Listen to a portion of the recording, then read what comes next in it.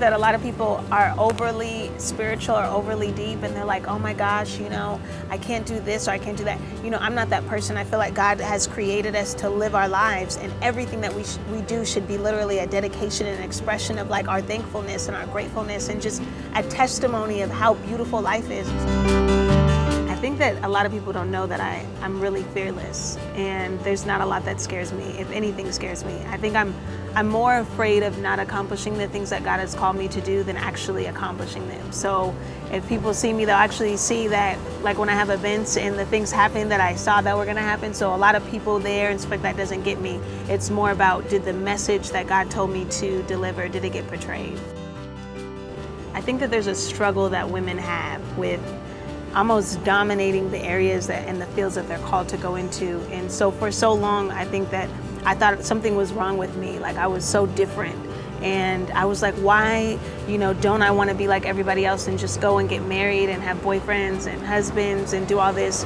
When really all I want to do is have my own talk show and be a business owner and change the world and revolutionize the way that people look at women, and especially women that are committed to God. And so that's what this movement that I'm doing is about. And I know everybody says that they have a movement, but I really feel like when I look at it, why I call it a movement is because it's going to instill change, that people actually have to stop doing what they were doing before, which is maybe nothing, or maybe just sitting back, and they're going to have to stand up for something. They're going to have to fight for it. They're going to have to believe in it. They're going to have to chase after their dream and their vision.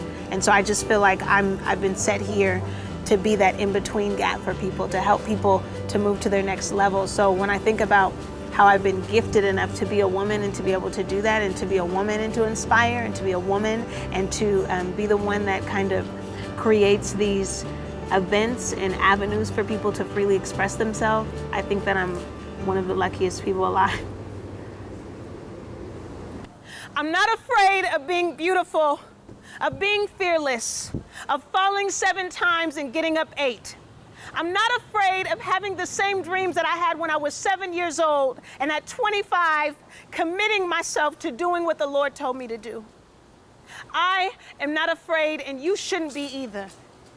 We are creatures of habit, creatures of failures, creatures of disappointment, creatures of shame.